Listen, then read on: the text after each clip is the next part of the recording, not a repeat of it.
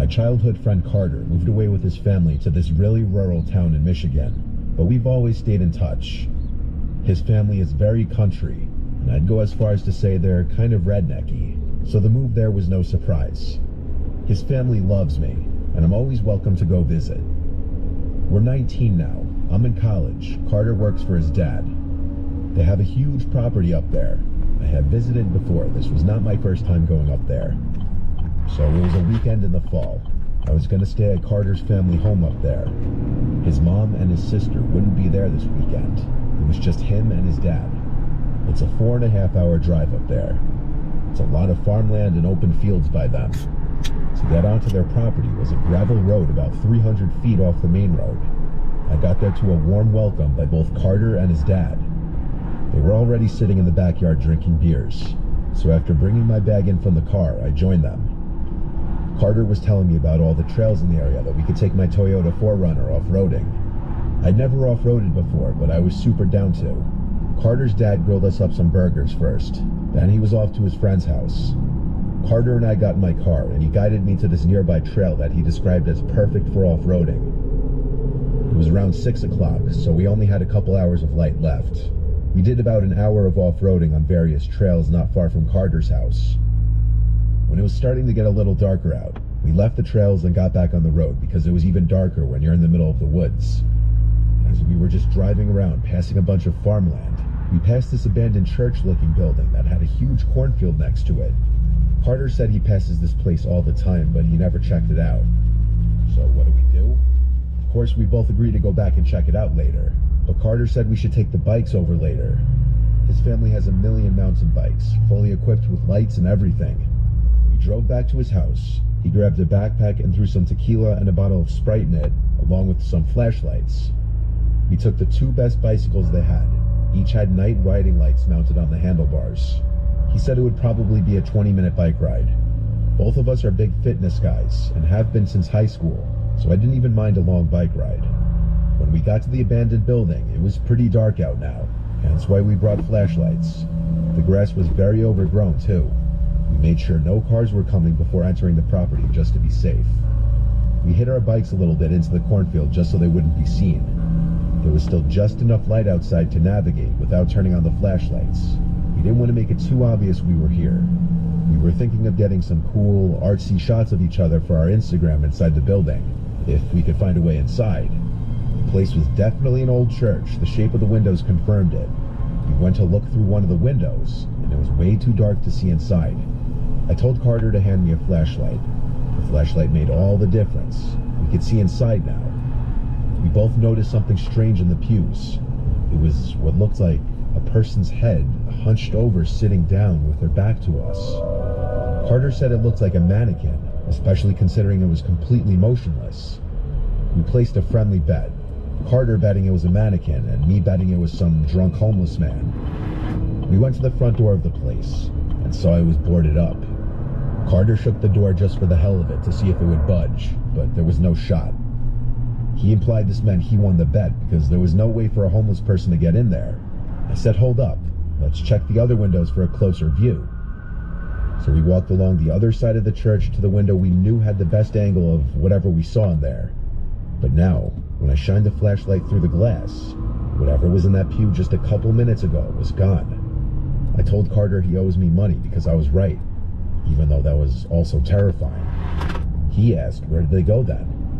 I shined the light in every direction until we both spotted it at the same exact time and jumped. The man standing right to the left of the window on the inside. He was looking at us. He didn't look like no homeless man to me though. We took off running back to the cornfield. We tried to find the bikes in a panic, but we couldn't. It was so dark out now that we were avoiding turning on our flashlights to expose ourselves.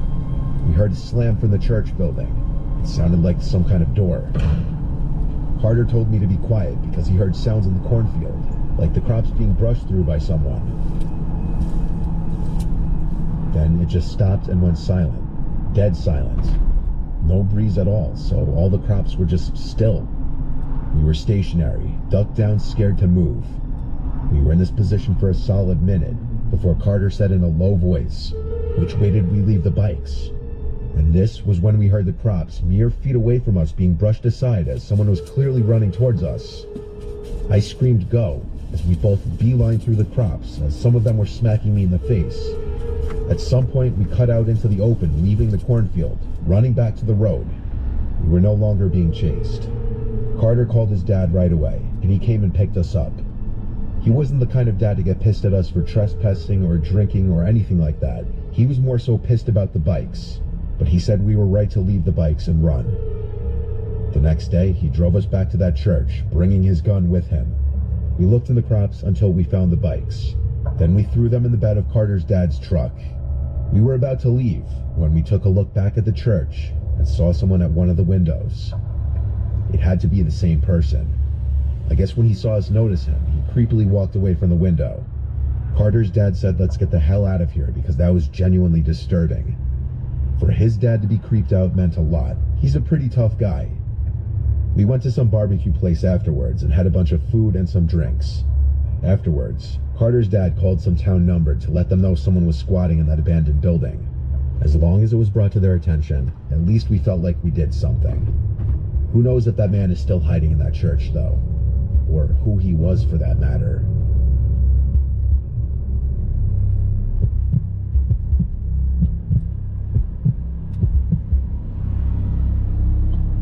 I live on a farm with my brother and his wife. We split the responsibilities in the busy season. In the off-season, they go off traveling quite often. My fiance passed away a few years ago, and I haven't really put myself back out there just yet. I spend a lot of time alone, and the off-seasons really get to me. This was early October, right around the time before our last harvest. My brother Joe and his wife were out of town for a few days. Figure something like this would happen while I'm holding the fort myself. It was a night like any other. The windows in the house were still open to allow that refreshing October breeze to flow through the house. Outside, I suddenly heard a scream. It was the scream of a female. I couldn't tell if it was a teenage girl or a grown woman, but it was blood-curdlingly high-pitched. I sprang up from my lazy boy recliner and went to my gun safe in my bedroom to grab my rifle. I went outside to be greeted by the breezy, chilly air. I stood on the front porch for a second, waiting, and I heard the scream again. It was coming from the cornfield. I fired a round into the air as a warning shot. I didn't at that moment know what was happening. It could have been someone in danger or a group of teens messing around being punks. After I fired the round, I heard a woman's voice yell, "Help," before there was nothing but silence. I called out, "Who's out there? Where are you?" Nothing but wind now. I turned on every exterior light I had on my house. I also grabbed my cell phone and called 911 as I walked into the cornfield, calling out, waiting for a response. After telling the operator what I heard, I was left to wait for a few police officers to arrive. There were a total of 4 that ultimately showed up, and with the help of them, we all checked the cornfield, shining flashlights and yelling out for anybody who needed help. I'd imagine that any time someone is reported screaming for help, the cops take it a little more seriously. After we ultimately found no one, I was told by one cop to call 911 again if I should hear anyone scream for help and that they'd be nearby. Then they all left. I went back inside of the house, not before taking one more look out to the cornfield. I closed the door and turned off all the lights. There's not much to do in this county for the local kids, so it didn't seem unbelievable that maybe it was some kids trying to scare some random farmers and homeowners. After another hour of watching TV, I went upstairs to bed. I took a couple melatonins to help me sleep, as I'm a chronic insomniac. Usually, I'd say that's unfortunate. After, I'd guess, an hour and some minutes, I heard creaks and clunks from downstairs. I just realized I never closed the windows downstairs. You can hear everything through the paper-thin walls in this house, and all the floors make noise. I grabbed my cell phone and called my brother Joe. He picked up, and I asked him in a whisper if he's home. He said no. In that moment, all the hairs on my body stood up, and I knew now I was in fight or flight mode. I told my brother there's someone in the house, call the police for me. He was a few towns away, so it would be the same dispatch center. He said he would, no questions asked, and hung up. I tiptoed as quietly as I could to the safe and grabbed my shotgun. I know for a fact I made a noise as I crept to it, though. It was inevitable. I heard sounds from downstairs still, There was definitely someone in my house. I crept to the door and opened it.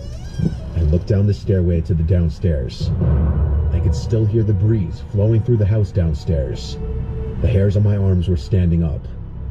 I started inching down the stairs one at a time, trying my best not to make a sound. But I only made it down a few steps before hearing footsteps from downstairs on the wood floors creeping closer to the stairway until a tall, skinny figure appeared at the bottom of the steps. I cocked the shotgun and said, "Don't move." He didn't listen. He almost calmly walked out of sight, and I heard his footsteps then pick up to a run through the living room and then out the back door. I yelled stop as I briefly attempted to chase him, but as soon as he was out of my house, I locked the door and called my brother. He said the cops were on the way. I locked every single window on the first floor and waited for the police to come back. It was the same officers. They did a little search of the perimeter of the property this time with all the lights on. One of the officers said he was going to stay on the property for the night, though I don't think that guy was coming back after seeing I was armed. In fact, he never did. But the story doesn't end there. I was finishing up the last harvest of the season in the combine, and while doing so, I noticed a shoe in the field. I stopped the machine to go pick it up and examine it. It was a woman's shoe, size 8.5. This got me thinking back to the screams I heard, followed by the man breaking into my house hours later. I called 911 once again and left the shoe where it was to not hinder any potential evidence. When police came, they did another investigation of the cornfield, and they took the shoe as a piece of evidence to a possible disappearance. They even brought police dogs to sniff out any possible scents. The strange thing is, there was no missing female reports in our county, not at the time at least. I hope whoever's shoe that is still alive today. It makes me sick thinking someone might have been murdered on my farm.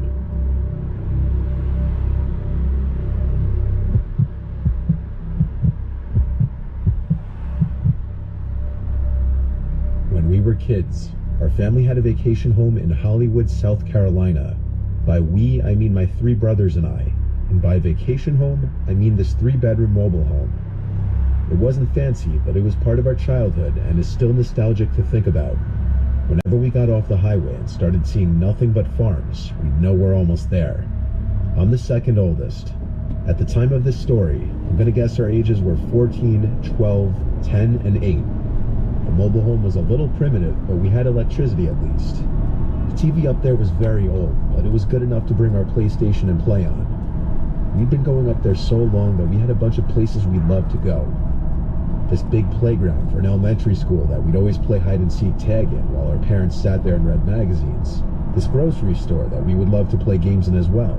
We even loved exploring all the woods surrounding the property. The nearest neighbors were a bit of a walk away, but nothing too crazy or far that our parents wouldn't let us walk it.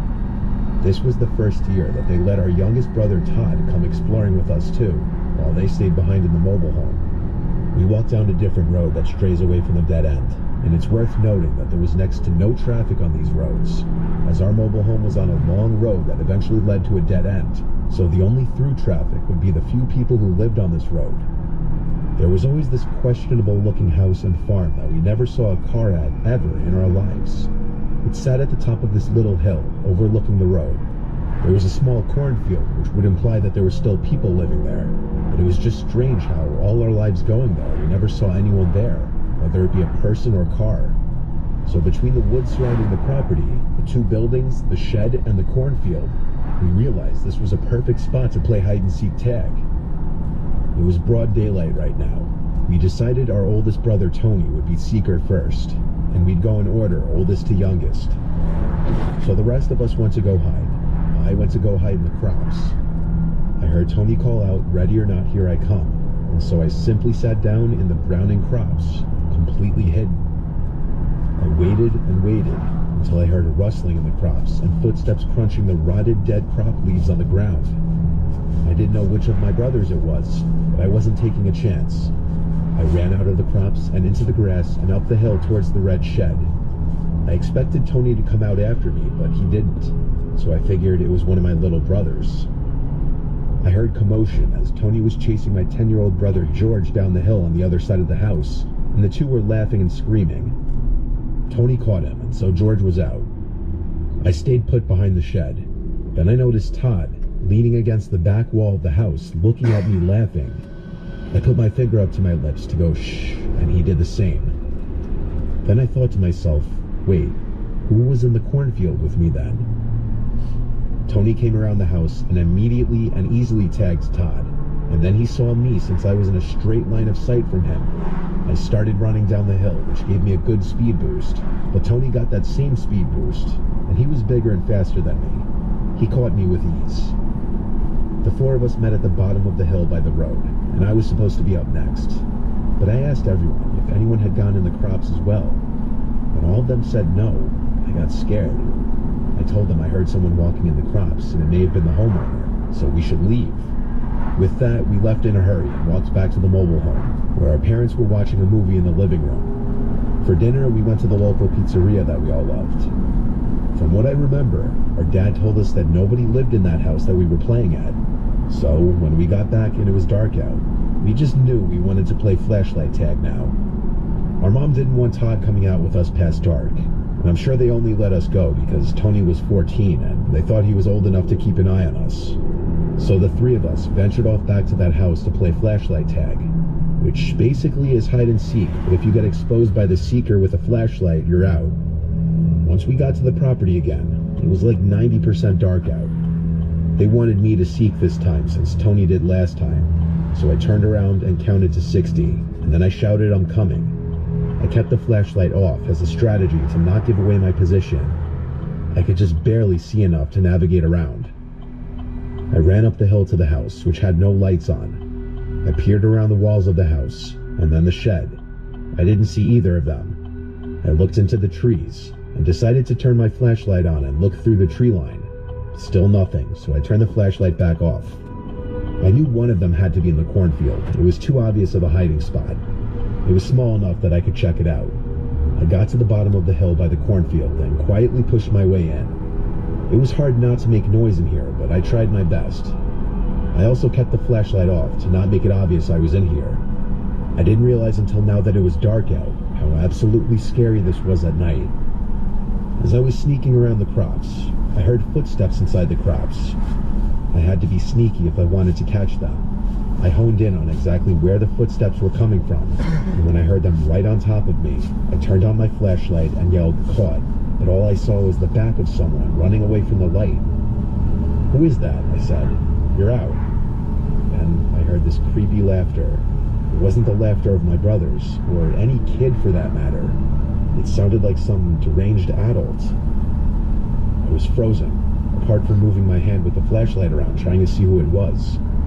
I heard a grown man's voice say very softly, "Can I play with you guys?" And then I saw his face. It was half covered by the few crops still separating the two of us. From what I could tell, he had this kind of deformed-looking face. I really couldn't tell if it was a mask or not. I ran out of the crops and started yelling my brothers' names, saying, "Run, game over." I heard them both yell back at me from the same spot. They hid together. I saw them running down the hill with their flashlights on. I turned mine on and told them to just keep running. We ran all the way down the road until we got back to our property, and we were out of breath. But I told them there was some deformed-looking, freaky man hiding in the crops, and that he was probably the one I heard in the crops earlier, too. I still remember their faces when I told them this. When I told my parents, they looked confused, and my dad didn't seem to know how to react. My mom made it clear she didn't want us going off the property past dark anymore. Honestly, I didn't want to anyway. I had trouble sleeping that night, thinking, what if that man was outside in the pitch darkness, outside one of the windows? I could tell I freaked everyone out a little bit with my description of the man. I had no reason to make it up, though, and they knew that. It goes without saying, we didn't go back to that property up the road. Thank God it wasn't that close to our property. My family sold the property only a few years after this.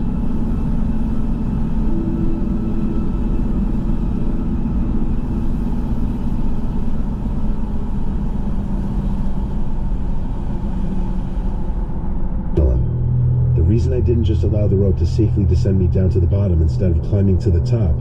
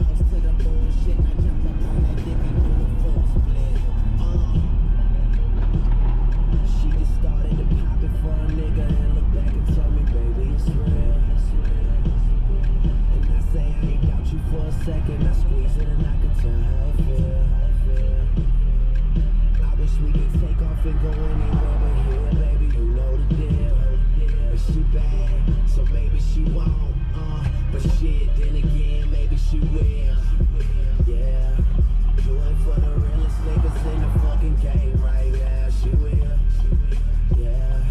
Do it for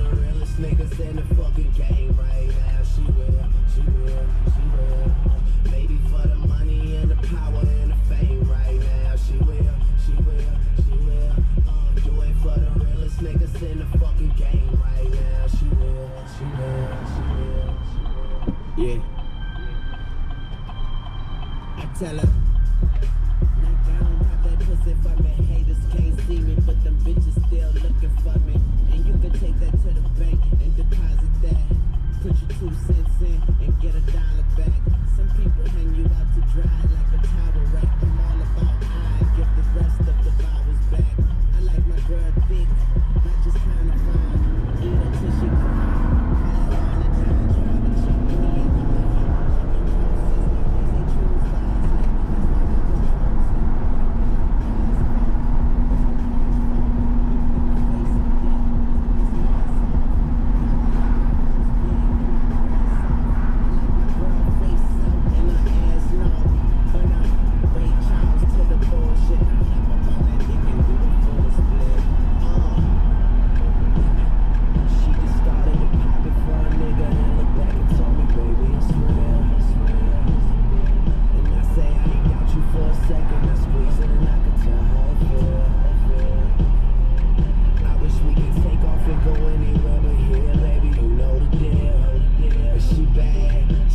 choose wisely.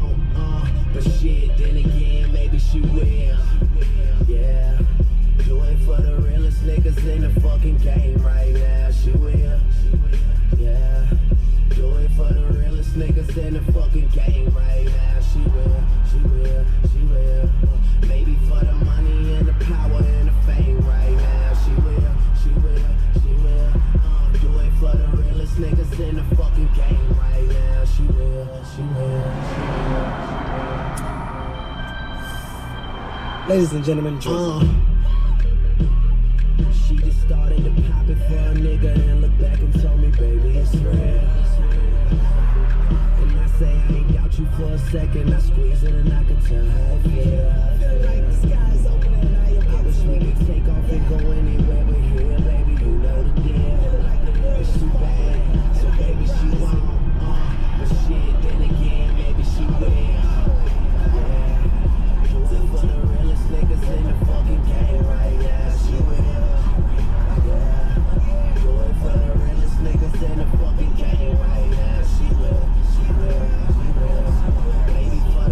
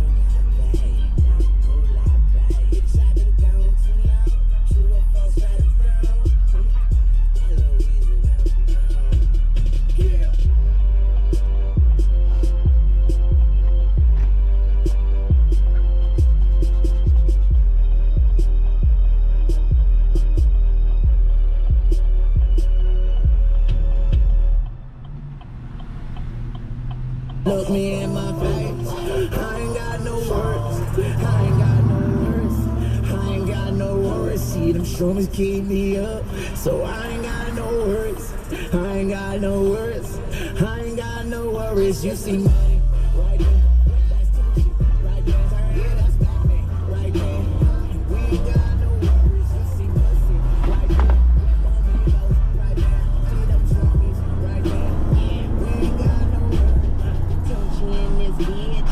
Everybody should be worried. Them pussy niggas be purring. Bitches be digging me. I feel buried. And if she make this dick hard, she woke up sleeping giant. Man, yo bitch speak in tongues. Every time we speak in private, hope your barber shop open. Cause we got hair triggers. Smoke so much that smoke it up there. Have to bear with us in that Jeep with the doors off.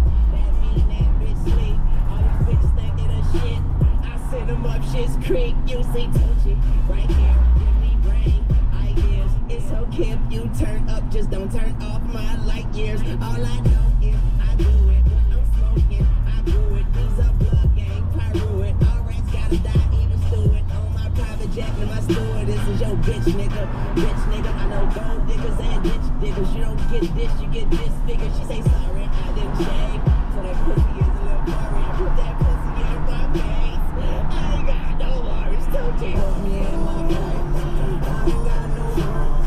I ain't got no worries. I ain't got no worries. See the shrooms keep me up. So I ain't got no worries. I ain't got no worries. What you see? I ain't got no worries. You see money right there. That's Tucci right there. Yeah, that's Batman right there. We ain't got no worries. You see pussy right there. Rainbow mangoes right there. Cloud drummies right there. We ain't got no worries. We ain't got no worries. She bad as a hooker, so she ain't got no worries. She won't even eat her sugar. I say, why you in a hurry? She say, why you asking questions? I say, bitch, you trying to be funny. Now take the fucking clothes off. Let me see that Donkey Kong. Now swing your ass back and forth on my monkey bar. That camel toe, that camel toe. No worries, no pantyhose. These niggas falling off like baggy clothes. I smoke more than a magic show. I swear I saw my hoe. I swear she was with my hoe. You know I fuck them both. So pussy and so dope. Bitches Tucci and I'm out here. No worries, no worries. I wouldn't talk about my dick, but man, that shit be a long story. Put me in my bed. I ain't got no worries. I ain't got no worries. I ain't got no worries. See them shrooms keep me up. So I ain't got no worries. I ain't got no worries. I ain't got no worries. You see money right there. That's Tucci right there. Yeah, that's Batman right there. We ain't got no worries. You see pussy right there. Rainbow mangoes right there. See them shroomies right there.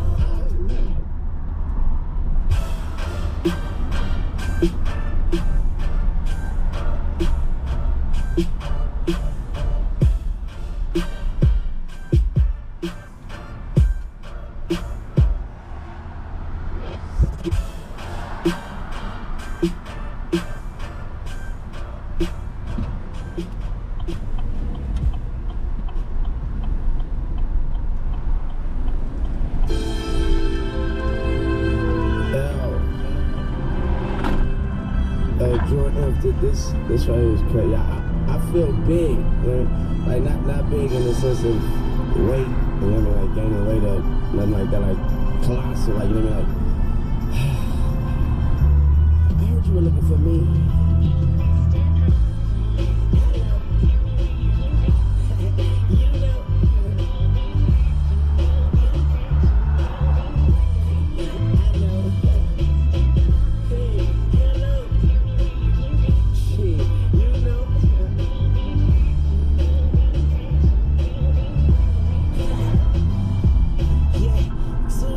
Forever, from me to you. I was about to say, Judge, I'ma need a suit. I'ma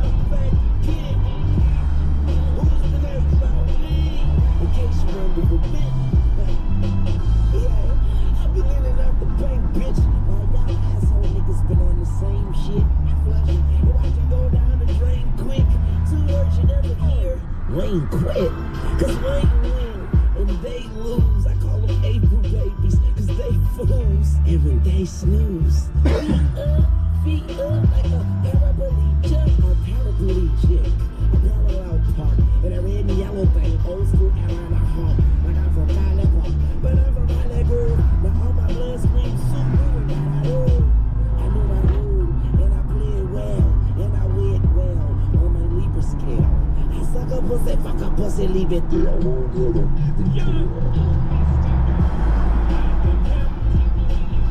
Around the world now, back again. Who's been asking about me? In case you wonder, I am him. Around the world now, back again. Who's been asking about me? In case you wonder, yeah, I'm right here in my chair with my crown and my dare. Queen bee as I share my time with my air. Young Carter, go farther, go further, go harder. Is that not why we came? And if not, then why bother? Show no mercy in Marcy and Lager. So far from being the bastard that Marcy had fathered. Now my name's being mentioned with the martyrs, the biggies and the pops and the mollies and the Marcuses. Garvey got me a Molotov cocktail flow. Even if you box well, can't stop the blow. Kaboom, the rock boy in the room. The dope boy just came off the spoon. I'm so fly, I'm on autopilot, but guys just stare at my wardrobe. I see your rose, that's right, plural. I took so much change from this rap game, it's your goal. It's my go, yeah. And I'ma go so opposite of soft off the Victor Hector Camacho, man, Randy Savage. Far from average, above status quo, flow, so pro. I know, I ride slow. And when I pass, they say, what up, killer, man? Stop bringing up my past. And next time you mention Pac, Biggie, and Jay-Z, don't forget Weezy, baby.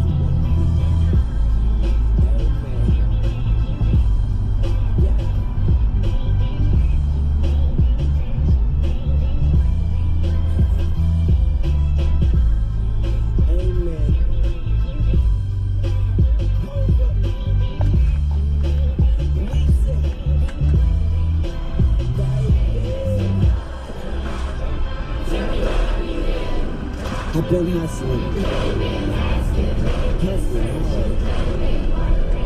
Shit, and I swear to everything, when I need a certain, it's gonna be on both feet, never knees in the dirt. You try me fucker, but when I squeeze it out, it lose too loud, yours and mine. Give me any amount of time, don't let Miss Carter breathe at the funeral parlor, triple tears down the sleeve. Give me any amount of time, don't let Miss Carter breathe.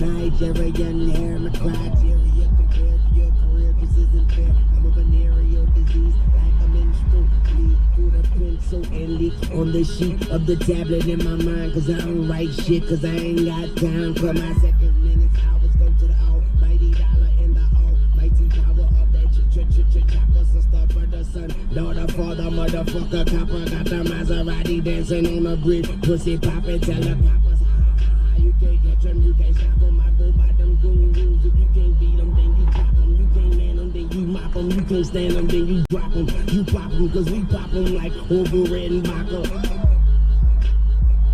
Motherfucker, I'm ill. Yeah. A million here, a million there. Sicilian bitch with long hair, with coconut every gear, like smoking the thinnest air. I open the Lamborghini, hoping them crackers see me. Like, look at that bastard Weezy. He's a beast, he's a dog, he's a motherfucking problem. Okay, you're a goon, but what's a goon to a goblin? Nothing, you ain't scaring nothing. On some baggy bullshit, call him Dennis Rodman. Call me with your own peach cup.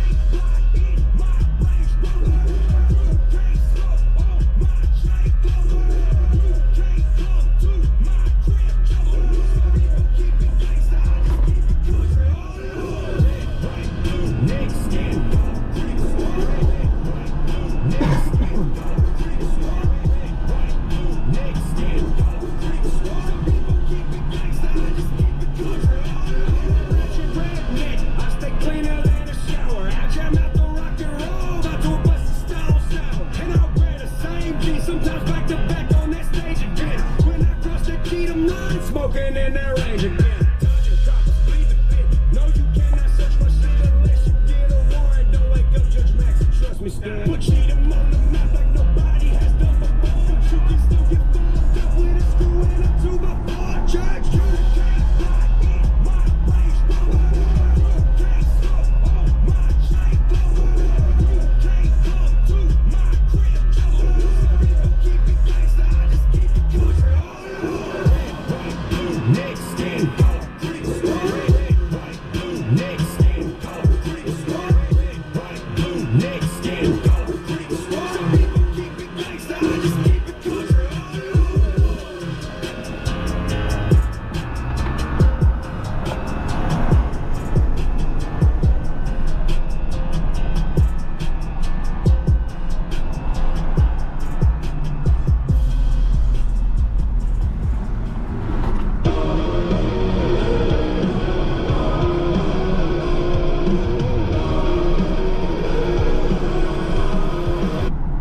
Hey, what's up? It's me, X.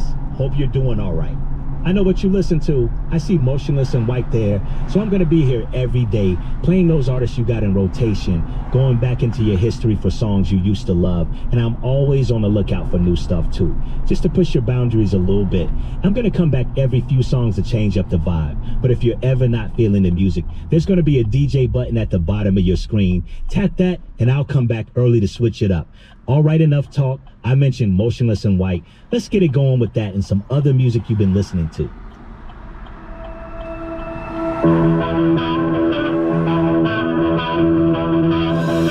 If I can't let you go, when darkness divide, for the fiction of love is the truth of our lives. We were playing for keeps, but we both knew the cost. Now the only way out in your heart-shaped box. But I hate that it seems you were never alone. We were broken and bleeding, but never gave up. Yes, I hate that I made you the enemy.